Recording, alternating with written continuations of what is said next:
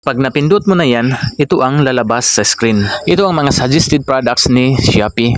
At dyan, mamili ka lang kung saan ang gusto mong i-endorse. Paano ba gamitin ang affiliate partnership?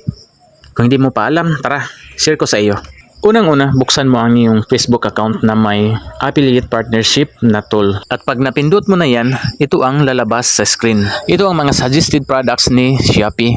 At dyan, mamili ka lang kung saan ang gusto mong i-endorse. Pero pwede ka naman mamili dyan, isearch mo lang ang gusto mong product. Halimbawa, itong mini electric waffle ang napili ko. Una mong gawin, screenshot mo muna.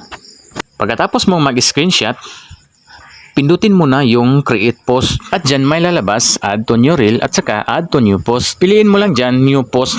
Depende na lang sa iyo kung ano ang gusto mo, sa reel ba or sa post.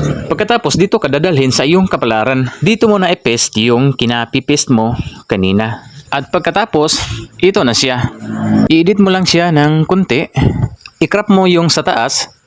At pagkatapos, dito sa baba. Ayan, ito na. Saktong-sakto na. At dito, ikaw na ang bahala kung ano ang i-type mo para makonvince mo yung mga kaibigan mo na bibili sila sa Shopee link mo. At pagkatapos mo mag-type dyan, wala nang paligoy-ligoy pa. I-post mo na yan. Ngayon, uploaded na siya. Check natin sa post mo. Ngayon, pindutin mo yung comment.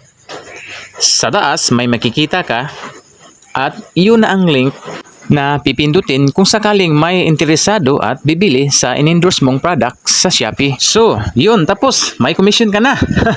Good luck sa atin at sana may natutunan ka sa akin at paki-like and share na lang para makatulong tayo sa iba. Thank you for watching!